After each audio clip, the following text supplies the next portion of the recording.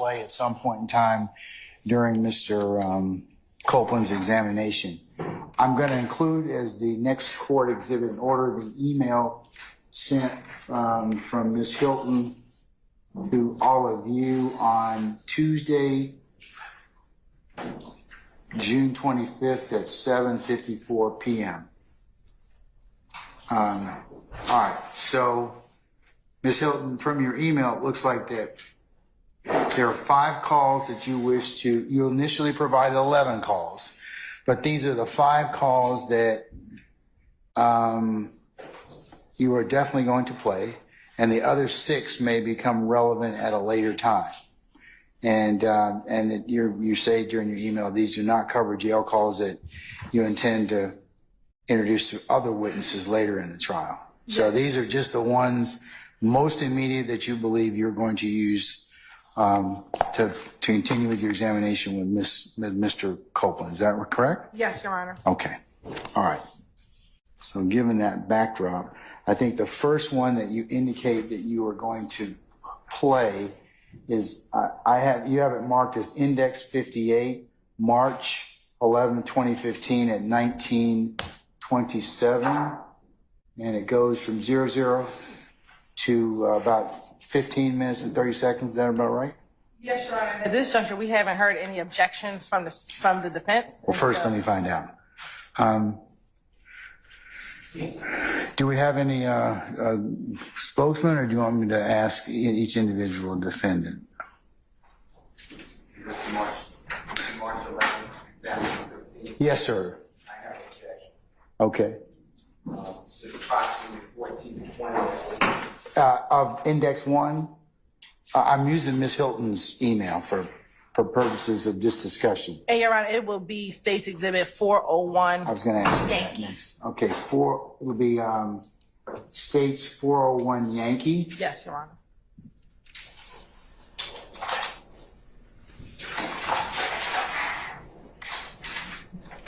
And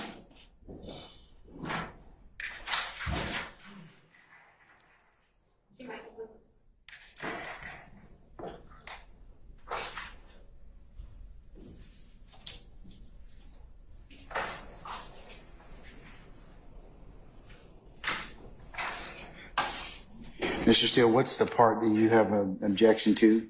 Mr. Copeland is asking for a lawyer.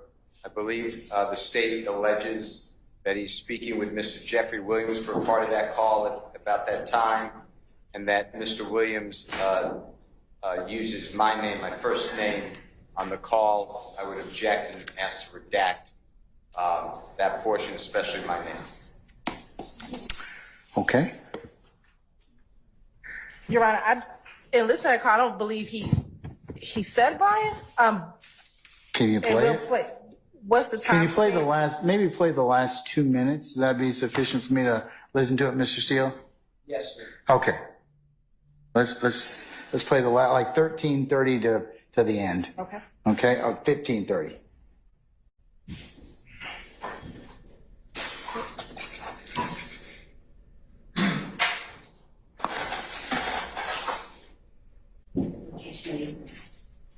Oh, thank you. Thank you. Oh, sorry. That's not the right one.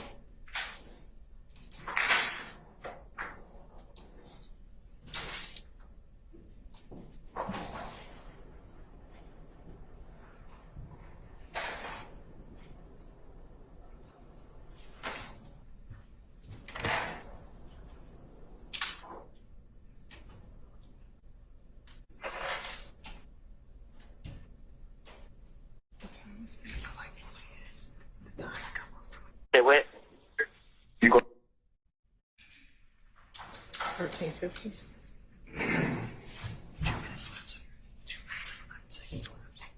Okay. Look in your eyes.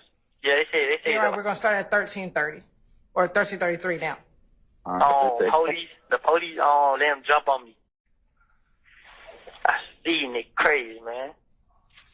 Man, whoever has so many problems, and whoever in the jail, all that jumping, that's what should have said, man. What should have said, man. This shit here a drag, bro. Man, what the hell you talking about? You already know I know. You already know I know what's happening. Some of y'all locked up, I was already like, what the hell, what they talking about? Now I'm talking about nobody. That's what I'm trying to tell you. Man, I don't stop right here in front of these folk and look at these folk call that's your phone. Yeah. I made Bentley call her. Like, call her, see what the fuck going on. Because of probation, that's just a little bullshit. But the probation will try to hold you. Just about their money or whatever, so I already know that. I just said, I was just gave him a lawyer, a 3-4 bank, $2,500.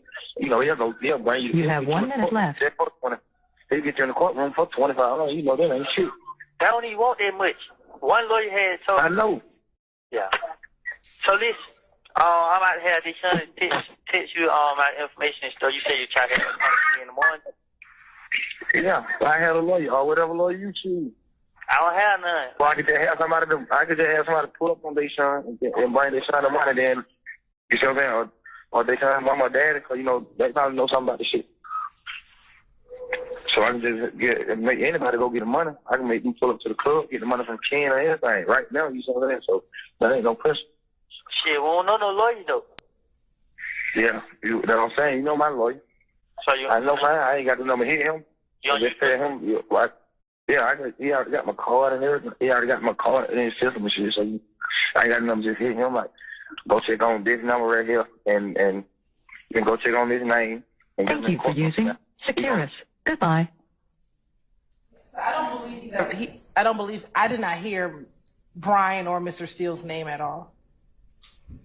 Mr. Steele, I can't say I've heard it either. Do you have a time reference you can point me to again? I'll listen to it again.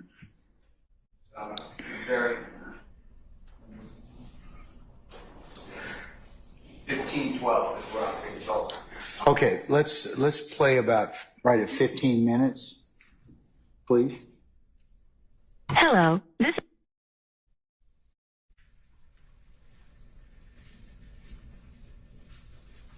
Oh.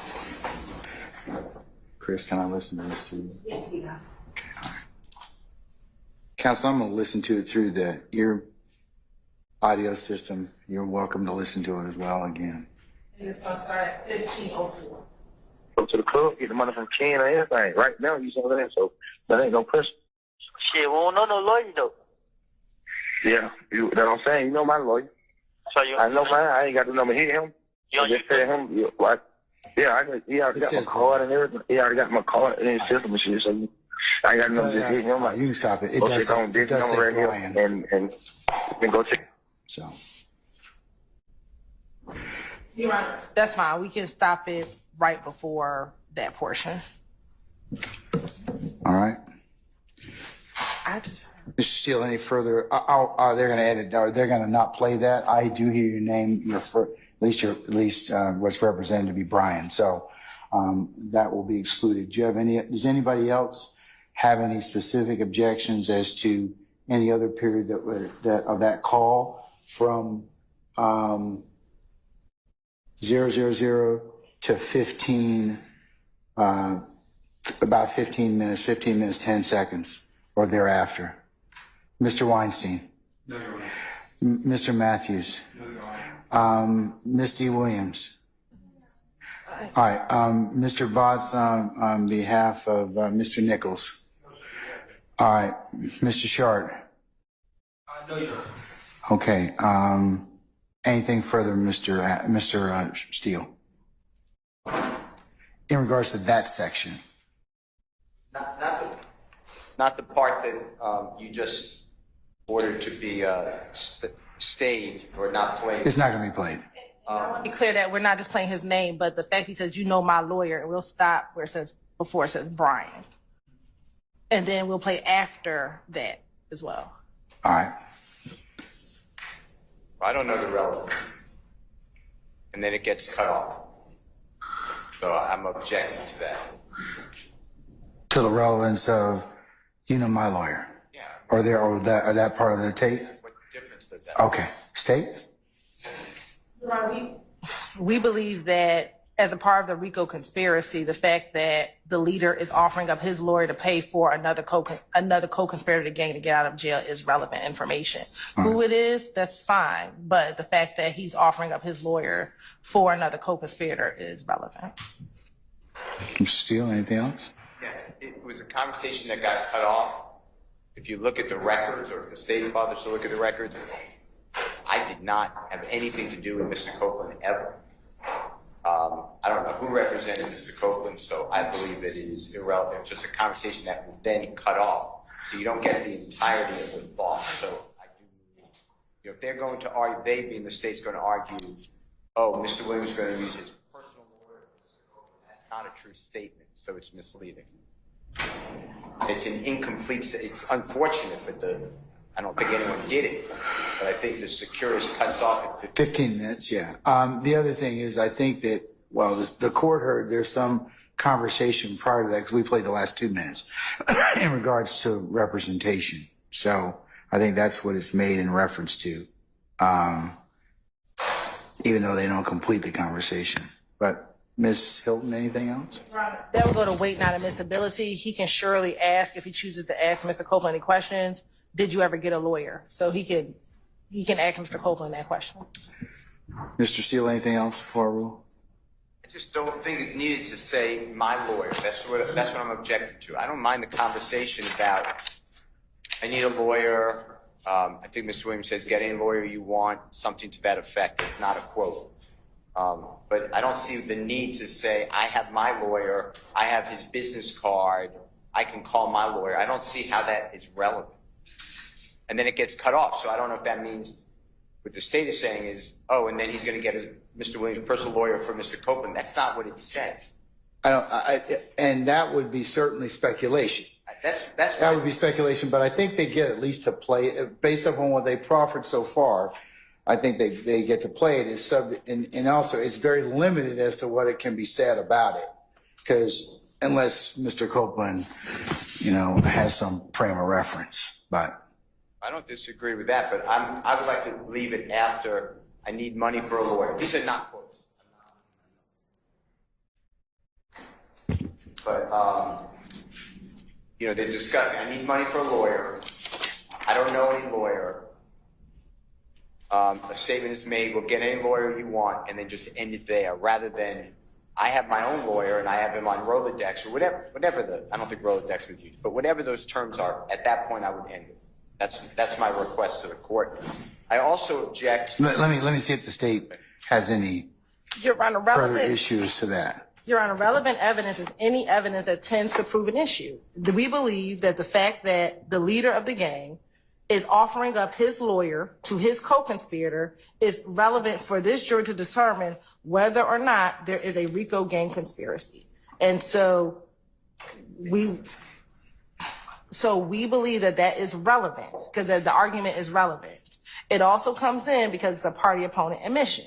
This is the defendant Williams telling Mr. Copeland that I will provide. He said, specifically what Mr. Copeland says is, I don't know any lawyers. And he said, you can call my lawyer, is what he actually says. So I think reading it in context, he's saying, okay, you don't know any, but I'll provide mine, or you can potentially use mine. Whether or not he used him or not, that is a question that can be asked of Mr. Copeland. But the fact that he was willing to offer up the lawyer is what is important, not the result of it. All right. Sir. I think this is a very bad point in our community if we are now going to say offering to get someone a lawyer is part of a RICO conspiracy. This is a probation revocation case on supposed non-compliance with community service. I know you haven't heard the whole. I haven't, sir. That's what the recording before we started at 13:30. That's what it's about. Mr. Copeland says, and it basically mirrors what he said on the witness stand. He said, the police had me locked up. These are my words, trumped up charges because my probation officer didn't take out a warrant on me, but the supervisor was asked by the police to take out a warrant on me because of community service hours. I will be getting out on Friday. This is a Wednesday. I'll be getting out on a Friday, and I believe it's a Wednesday. I'll be getting out on Friday when I go to court, but I don't have a lawyer, so it gets continued for me to get a lawyer. So I'm held hostage, basically, by the way the courts are. So Mr. Williams is not part of any of that conversation. He then allegedly gets on the telephone and has a conversation, and that is explained to Mr. Williams as well. I go to court Friday, but I don't have a lawyer. To then say that it's part of a conspiracy to get a lawyer for someone going to court on a probation revocation case, I think is a bridge too far. To say you're going to get a lawyer, I don't have a problem with that. But to say I offered up my lawyer because that is symbolic of a crime, seems to me that if that type of evidence comes in courts, we are all in trouble, because that's what we want people to do. We want people to get lawyers.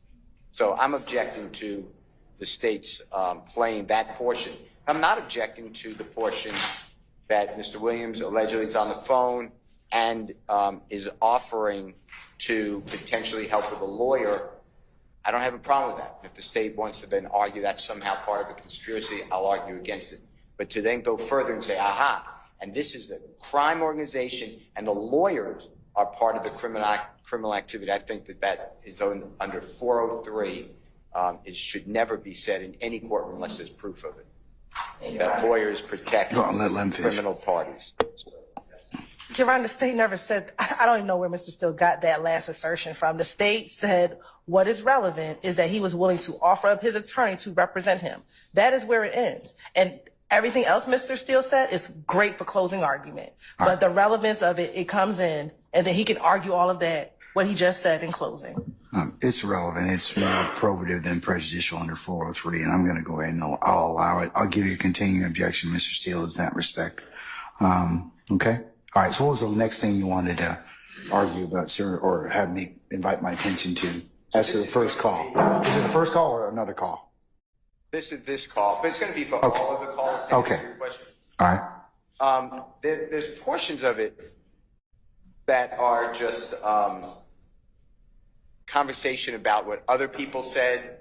I'm just using an example. Val, V-A-L, said that, and have 1 second. In this call, Mr. Steele, or a different call?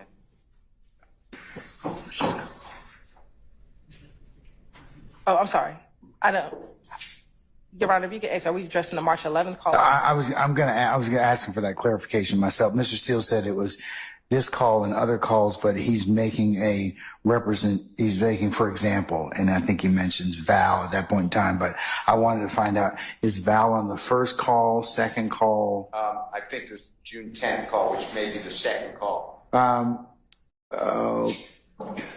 Yes, June 10th. That's the one at 2038, 4212, 10, 44, I'm sorry, 4 minutes, 12 seconds, 4 hours. Is it hours, minutes? It's 4 minutes and 12 seconds to 11 minutes and 10 seconds. Okay, thank you. But So can we just either close out or finish the March 11th so we can All right. remain consistent? But the state will ask the court. I was attempting to say it, but it's going to be overarching, but I could do it individually. So on each call, there are conversations about what did someone else say. So Mr. Copeland, allegedly, his voice is speaking with his girlfriend or significant other or the mother of his child. And he is saying, what did this person say? Well, this person said A, B, or C. I am objecting to anything that is hearsay. So, for instance, in this call, Shannon said something. I'm not saying, Mr. Sharp and Mr. Botts can handle that for Mr. Stillwell, but I'm objecting to any third-party hearsay. They're not even on the call. I understand also that if Deshawn is not being called as a witness, which I believe she is not, I'm sorry, I shouldn't say Deshawn. The significant other, Mr. Copeland, I do not believe the state is going to call her. I don't know why her voice gets to be played on these recordings, unless she's somehow an exception to the hearsay rule.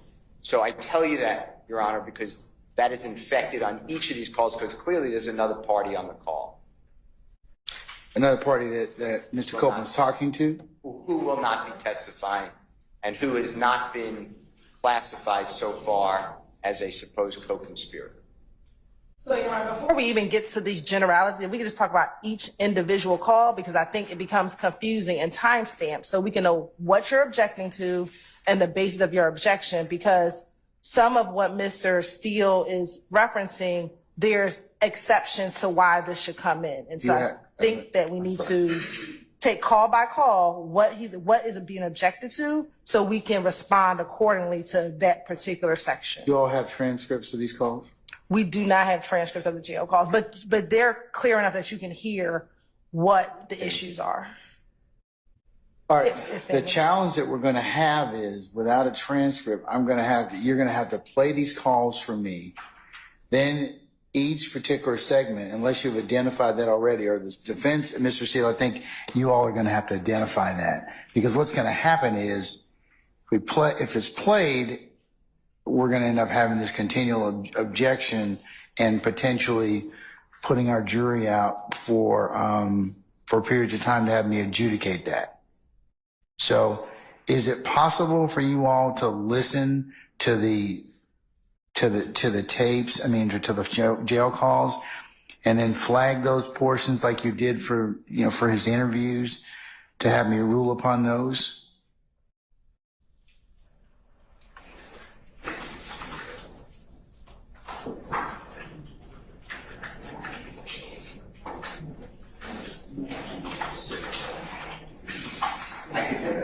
Because I understand what you're saying, Mr. Steele. It's a valid